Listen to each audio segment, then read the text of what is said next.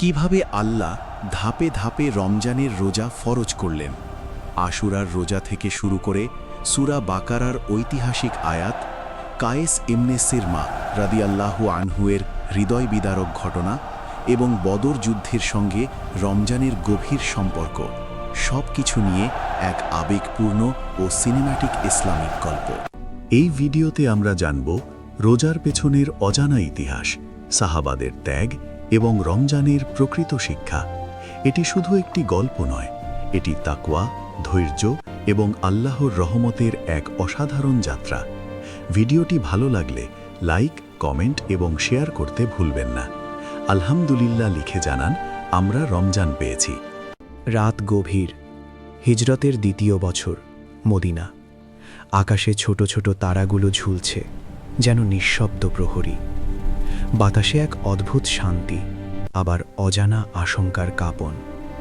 মসজিদে নববীর চারদিকে কাঁচা মাটির ঘরগুলো অন্ধকারে ডুবে আছে। কোথাও কোথাও শুধু কুপি দিয়াশলাইয়ের ম্লান আলো। মন কাঁপানো নিস্তব্ধতার ভেতরেও একটা অদৃশ্য স্রোত বইছে। মুসলমানদের হৃদয়ে আজ এক অদ্ভুত প্রতীক্ষা।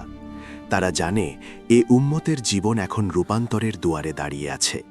কিবলার দিক বদলেছে কিছুদিন আগেই, মক্কার দিকে নয়, এখন মুখ ফিরে গেছে কাবার আসল বাড়ির দিকে, বাইতুল্লাহ। মুহাম্মদ সাল্লাল্লাহু আলাইহি ওয়াসাল্লাম আজ রাতেও আকাশের দিকে তাকিয়ে আছেন।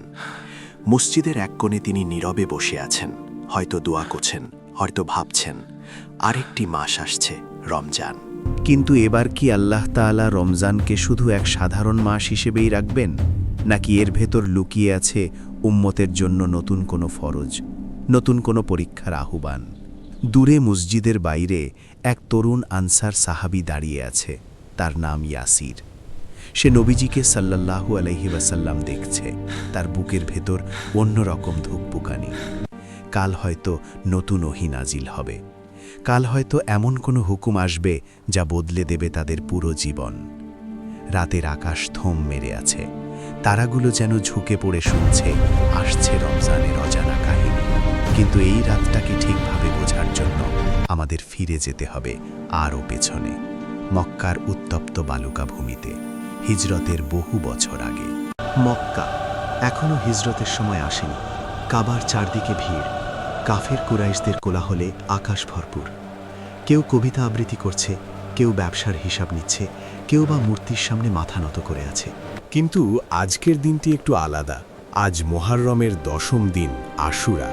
মক্কার কুরাইশরা আজ রোজা রেখেছে। রোজা? হ্যাঁ, ঠিকই শুনেছেন। ইসলাম এখনও পূর্ণতা পায়নি, তবু কুরাইশদের মাঝে আশুরার রোজা একটা পুরনো প্রথা। কারো মতে এটা হজরত ইব্রাহিম আলাইহিসসালামের মিল্লাত থেকে বেঁচে থাকা একটি আমল। কেউ বলেন কাবা ঘরের গিলাফ পরানোর দিন হিসেবে তারা এটাকে সম্মান করত। আবার কেউ কেউ অন্য ব্যাখ্যাও দেন। রসূলুল্লাহ সাল্লাল্লাহু আলাইহি ওয়াসাল্লামের স্ত্রী আয়েশা রাদিয়াল্লাহু আনহা বলেন, জাহিলিয়াত যুগে কুরাইশরা আশুরার রোজা রাখত। রসূলুল্লাহ সাল্লাল্লাহু আলাইহি ওয়াসাল্লামও তা রাখতেন। মদিনায় এসে তিনি সাহাবাদেরও এ রোজা রাখতে আদেশ দিলেন।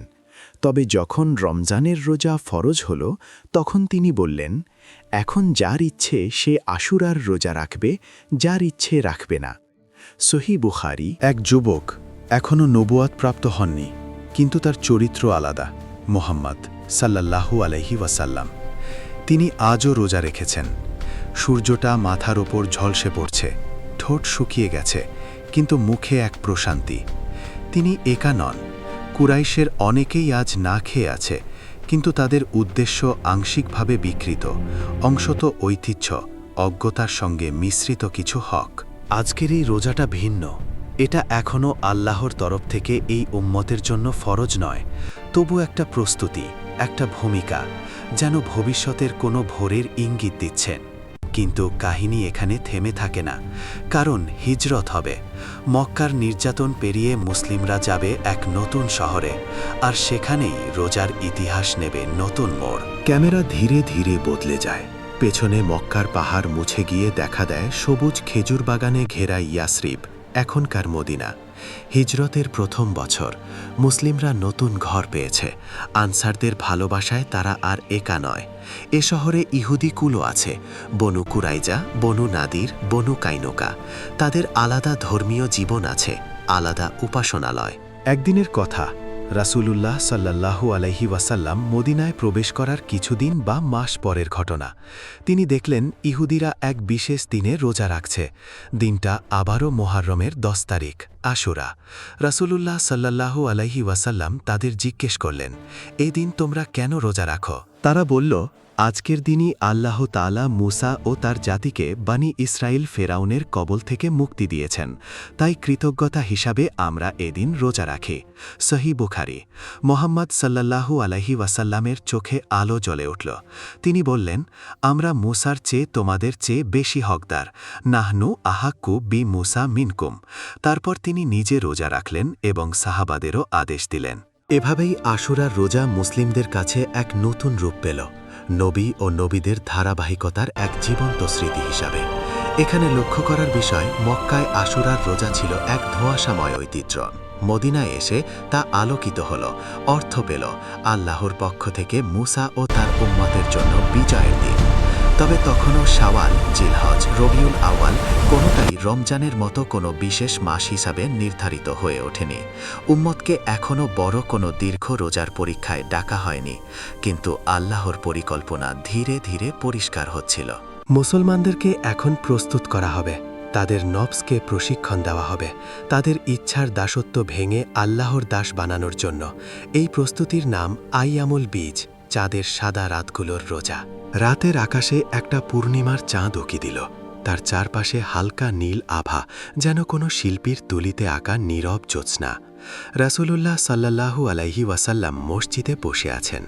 তিনি তার প্রিয় সাহাবী আবু হুরায়রা রাদিয়াল্লাহু তাআলা আনহুকে বলছেন, তিনটি জিনিস আমার বন্ধু রাসূলুল্লাহ সাল্লাল্লাহু আলাইহি ওয়াসাল্লাম আমাকে কখনো ছাড়তে নিষেধ করেছেন। 1. প্রতি মাসে 3 দিন রোজা রাখা, দোহা নামাজ, 3. ঘুমানোর আগে বিতর সালাত। প্রতি মাসের এই 3টা দিন চাঁদের 13, 14, 15 তারিখ আইয়ামুল বীজ বলে পরিচিত, কারণ এ রাতে চাঁদ পূর্ণ, আকাশ সাদা আলোয় ভরে যায়, দৃশ্য যেন সিনেমার পর্দায় খুলে যায়। এক সাহাবী ওমর রাদিয়াল্লাহু আনহু কঠোর, তারপরও মাসের এই 3 দিন তিনি নিভৃতে রোজা রেখে যান। অন্যদিকে উসমান রাদিয়াল্লাহু আনহু, তাদের জীবনও এ নিয়মিত রোজা দিয়ে গঠিত হয়। আনসার এক বৃদ্ধা, যিনি সারা দিন খেজুর শুকান, তিনিও এ 3 দিন রোজা রেখে আল্লাহর কাছে চোখ ভিজিয়ে দোয়া করেন। এই রোজাগুলো তখনও ফরজ নয়, তবু এগুলো ছিল এক অদৃশ্য সামরিক প্রশিক্ষণ, আত্মার জন্য, নফসের জন্য ত্যাগের মহড়া হিসাবে। এ যেন আল্লাহর দান করা প্রথম পাঠ। হে আমার বান্দারা, একদিন আসবে যখন আমি তোমাদের পুরো মাস জুড়ে না খেতে না পান করতে বলবো। তোমরা কি প্রস্তুত? এসো, আগে প্রতি মাসে শুধু 3 দিন শুরু করো। প্রতি মাসের এই 3 দিনের ক্ষুধা, তৃষ্ণা, রাতের নীরবতায় কোরআন তিলাওয়াত, বুক ভরা তাওবা আর কান্না, সব মিলিয়ে উম্মতের সামনে এক অদ্ভুত আত্মিক মেরুদণ্ড তৈরি করছিল। কিন্তু তাও এখনও পূর্ণ রমজানের ডাক আসেনি। সেই ডাকে থাকবে আনন্দ, পরীক্ষাও, মুক্তিও, বিধিনিষেধ। এবার ফিরে আসি সেই নীরব রাতে, হিজরতের 2য় বছরের মদিনায়, যেখানে আমরা শুরু করেছিলাম আমাদের গল্প, কারণ এখন ওহী নাজিল হতে যাচ্ছে। রাত প্রায় শেষ, ফজরের আগের অন্ধকার। আজকের রাতটা অন্য সব রাতের থেকে কেমন যেন আলাদা। রাসূলুল্লাহ সাল্লাল্লাহু আলাইহি ওয়াসাল্লামের উপর ওহী নাজিল হতে যাচ্ছে। কোথাও মৃদু বাতাস, কোথাও তালপাতার হালকা শব্দ। মদিনার অর্ধনিদ্রিত শহর, আর কিছু বুঝে ওঠার আগেই ঘটতে যাচ্ছে এমন এক ঘটনা যা বদলে দেবে প্রতিটি মুসলমানের জীবন, প্রতিটি বছরের গণনা, প্রতিটি রমজানের রাতের মানে।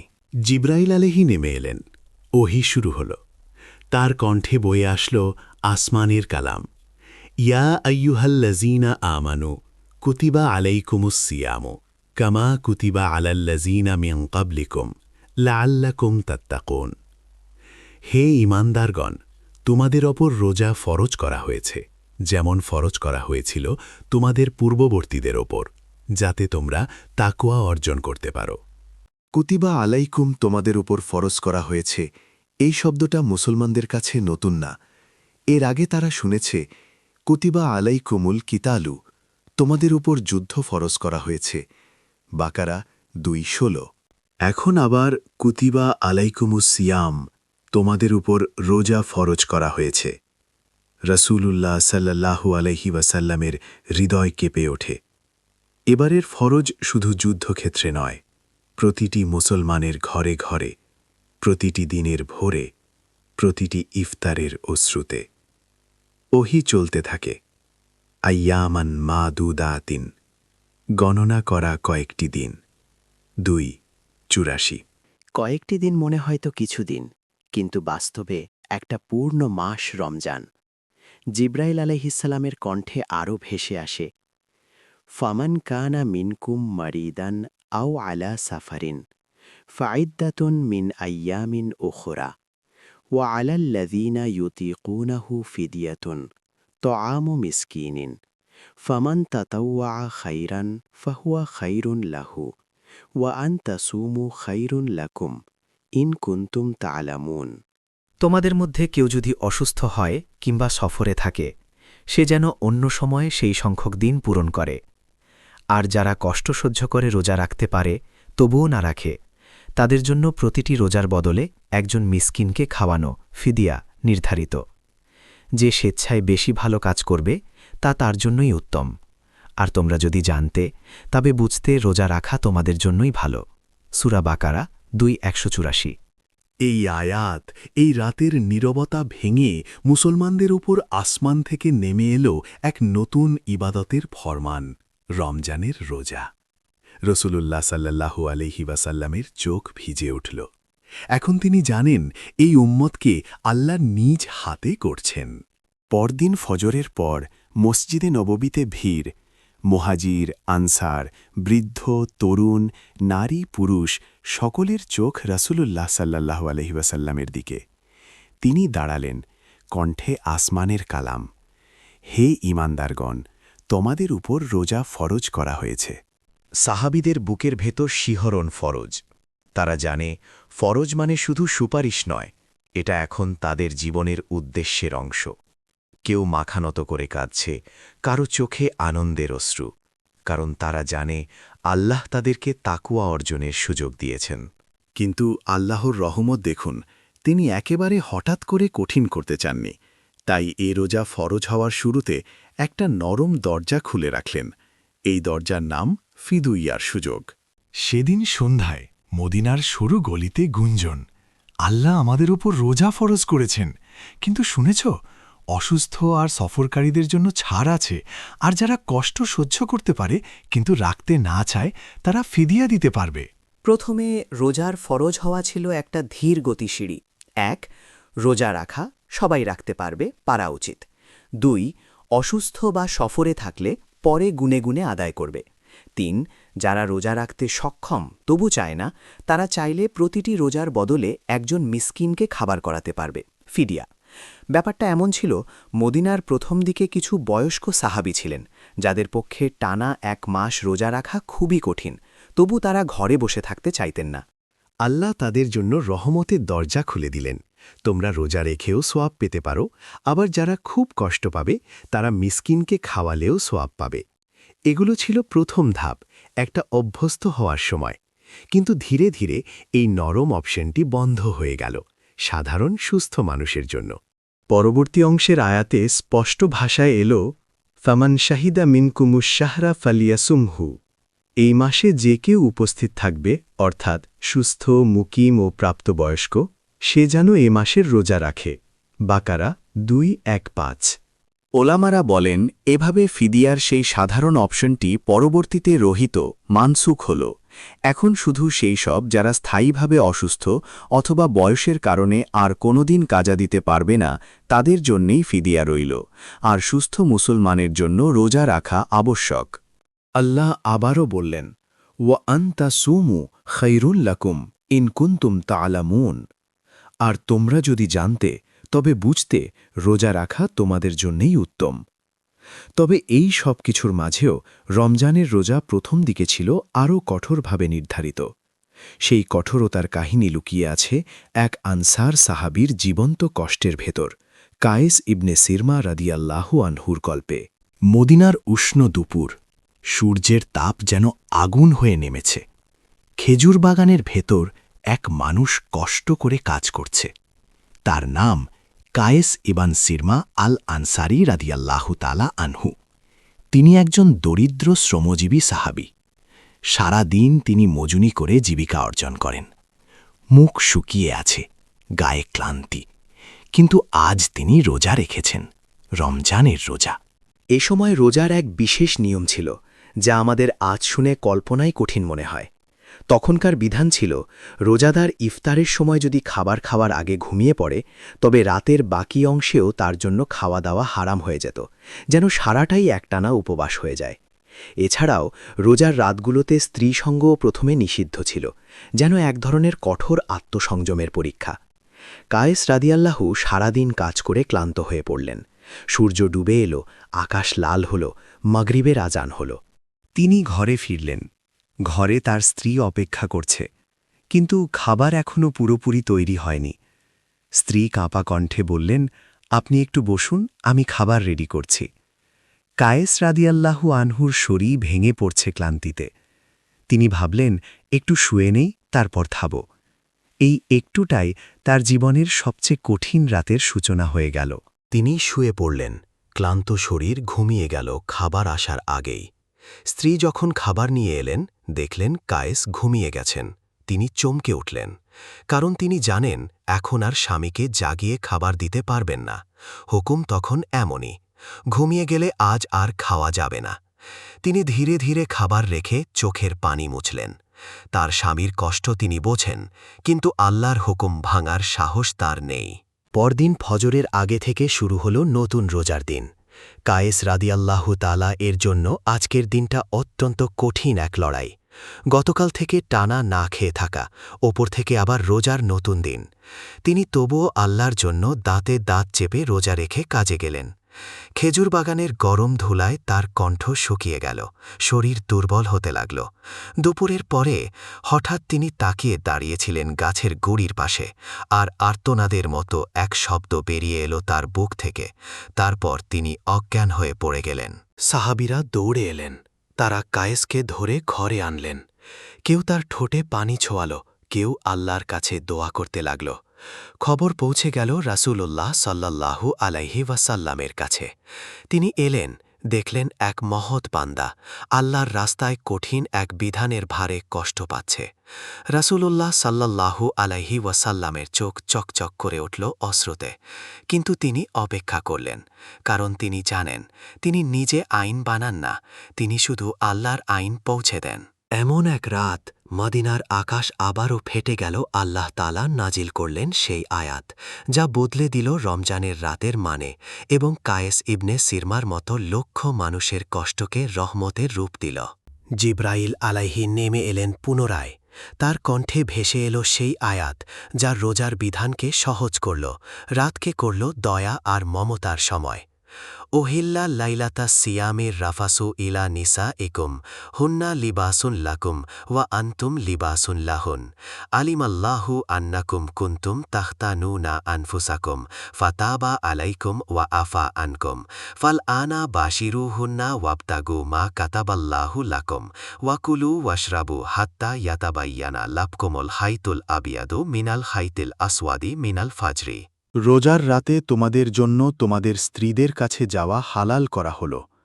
তারা তোমাদের জন্য বস্ত্র, তোমরাও তাদের জন্য বস্ত্র। আল্লাহ জানেন তোমরা এর আগে এ বিষয়ে নিজেদেরকে ক্ষতি করছিলে, তাই তিনি তোমাদের তাওবা কবুল করলেন এবং ক্ষমা করলেন। এখন তোমরা তাদের কাছে যেতে পারো এবং যা আল্লাহ তোমাদের জন্য নির্ধারণ করেছেন তা কামনা করতে পারো, আর তোমরা খাও ও পান করো, যতক্ষণ না ফজরের সাদা রেখা রাতের কালো রেখা থেকে স্পষ্ট হয়ে ওঠে। সূরা বাকারা 2:187। এই আয়াত যেন মদিনার ওপর নেমে আসা এক বিশাল বৃষ্টি, দীর্ণ মানুষদের ওপর আল্লাহর অগাধ মমতার জলধারা। এখন থেকে রোজার রাতে খাওয়া দাওয়া হালাল হল ফজরের শুরু পর্যন্ত। রোজার রাতে স্ত্রী সঙ্গ হালাল হল, এটা আর কোনো অপরাধ নয়, বরং তারা তোমাদের জন্য পোশাক, তোমরাও তাদের জন্য পোশাক। এ এক অসাধারণ ভালোবাসা ও শালীনতার ভাষা। কায়েস ইবনে সিরমা রা এর মতো পরিশ্রমী মানুষদের জন্য এ আয়াত গেরচে কিনি এক মুক্তির নিঃশ্বাস। আল্লাহর মহানুভবতা এবং ক্ষমার যে উদাহরণ এতে রয়েছে তা সত্যিই অসাধারণ। মসজিদে নববীর সেই দিনের আনন্দ আর কৃতজ্ঞতার অশ্রু ঐশ্বরিক বাণীর গভীর প্রভাবকেই তুলে ধরে। কষ্টকর পরিস্থিতিকে সহজ করে দেওয়া, এটাই তো আল্লাহর মমতার প্রকৃত বহিঃপ্রকাশ। অন্যজন বললেন, আমাদের রব কেমন দয়ালু, কেবল পরীক্ষা নেন না, আমাদের কষ্টও দেখেন, শোনেন আর দয়া করেন। এভাবেই রোজার বিধান পূর্ণতা পেল। দিনে না খাওয়া, না পান করা, না স্ত্রীসঙ্গ, রাতে ফজর পর্যন্ত খাওয়া, পান করা, স্ত্রীসঙ্গ, সব হালাল। রোজা আর শুধুই কষ্টের নাম রইল না, এখন তা হল কষ্ট আর রহমতের এক ভারসাম্য, নফসের ওপর লাগাম আর হৃদয়ের ওপর আল্লাহর মমতার ছায়া। কিন্তু এই রমজান থেমে থাকল না শুধু ইবাদতের ময়দানে। এর ভেতর আল্লাহ এই উম্মতকে নিয়ে গেলেন বদরের প্রান্তরে, যেখানে ক্ষুধার্ত মুখ আর তৃষ্ণার্ত জিহ্বা নিয়ে তারা ইতিহাসের অন্যতম শ্রেষ্ঠ যুদ্ধ লড়ল। হিজরতের দ্বিতীয় বছর, মাস রমজান। এটাই হচ্ছে ইসলামে ফরজ হওয়ার পর প্রথম রমজান। সাহাবীরা এখন দিনভর রোজা রাখেন, রাতে খাওয়া দাওয়া করেন, ইবাদত করেন। এই মাসে নাজিল হচ্ছে কোরআনের বড় বড় আয়াত। আল্লাহ বলেন, শাহরু রামাদান আল্লাযী উনজিলা ফীহিল কুরআন হুদাল লিন-নাসি ওয়া বাইয়িনাতিম মিনাল হুদা ওয়াল ফুরকান। রমজান মাস, যার মধ্যে কোরআন অবতীর্ণ করা হয়েছে, মানবজাতির পথ প্রদর্শক হিসাবে, সুস্পষ্ট দলিল ও সত্য মিথ্যার পার্থক্যকারী হিসেবে। এই মাসেই আল্লাহ ঠিক করে রেখেছেন আরেকটি পুরনো ঋণের হিসাব মিটিয়ে দেবেন, বদরের যুদ্ধ। রাসূলুল্লাহ খবর পেলেন কুরাইশের এক বিশাল কাফেলা আবু সুফিয়ানের নেতৃত্বে মক্কা থেকে আসছে, আর তার পেছনে এক সশস্ত্র বাহিনী প্রস্তুত মুসলমানদের বিধ্বস্ত করে দিতে। মদিনার গলিতে তখনও রমজানের আবহ, ইফতারের খেজুর, তারাবির মতো দীর্ঘ দাঁড়িয়ে থাকা। কিন্তু সেই রাতেই, সেই দিনেই একদল মানুষকে রওনা হতে হল ক্ষুধা, তৃষ্ণা আর ত্যাগের চূড়ান্ত পরীক্ষার দিকে। বদরের পথে হাঁটছেন ৩১৩ জন সাহাবী। তাদের কারো হাতে তলোয়ার, কারো হাতে বর্শা, কারো পায়ে জুতো নেই পর্যন্ত। তারা রোজাদার। রোজা ভাঙার অনুমতি ছিল কষ্টে, সফরে, কিন্তু অনেকেই তারপরও রোজা রেখে চলেছেন, কারণ তাদের কাছে এ যুদ্ধ শুধু বাহ্যিক না, এটা আত্মারও লড়াই। বদরের ময়দানে তারা সংখ্যা কম, অস্ত্র কম, কিন্তু তাদের হৃদয় পূর্ণ রমজানের তাকওয়া ও আল্লাহর উপর ভরসায়। আল্লাহ তাআলা এই যুদ্ধের বিষয়ে বলেন, ওয়ালাকাদ নাসারাকুমুল্লাহু বিবাদরিন ওয়া আনতুম আদিল্লাতুন। আর আল্লাহ তোমাদেরকে বদরে সাহায্য করেছিলেন যখন তোমরা ছিলে দুর্বল। আলে ইমরান ৩:১২৩। এই প্রথম রমজানের মাঝেই আল্লাহ দেখিয়ে দিলেন, রমজান শুধুই ইফতার সেহরির মাস না, রমজান হল জিহাদ, কোরআন, ত্যাগ আর বিজয়ের মাস। সাহাবীরা বদরে জয়ী হলেন। ক্ষুধার্ত শরীর, তৃষ্ণার্ত জিহবা, কিন্তু ঈমানের লেলিহান শিখা নিয়ে তারা আল্লাহর সন্তুষ্টি অর্জন করলেন। এরপর থেকে রমজান আর শুধু মাস না, এটা হয়ে গেল কোরআনের মাস, তাকওয়ার মাস, বদরের মাস, বিজয়ের মাস। এ মাসে রোজা ফরজ করা শুধু এক আইন নয়, এটা এক পূর্ণাঙ্গ উম্মত গঠনের প্রোগ্রাম। এখন ক্যামেরা ধীরে ধীরে বদলে যায়। মদিনার বালুকাময় ময়দান মিলিয়ে যায়। তার জায়গায় দেখা যায় আজকের আধুনিক শহরগুলো, উচ্চ দালান, এয়ার কন্ডিশনড ঘর, আলো ঝলমলে ইফতার মাহফিল, সোশ্যাল মিডিয়ায় সাজানো ইফতারের ছবি। একপাশে সুমি, ঢাকায় বিশ্ববিদ্যালয়ের ছাত্রী।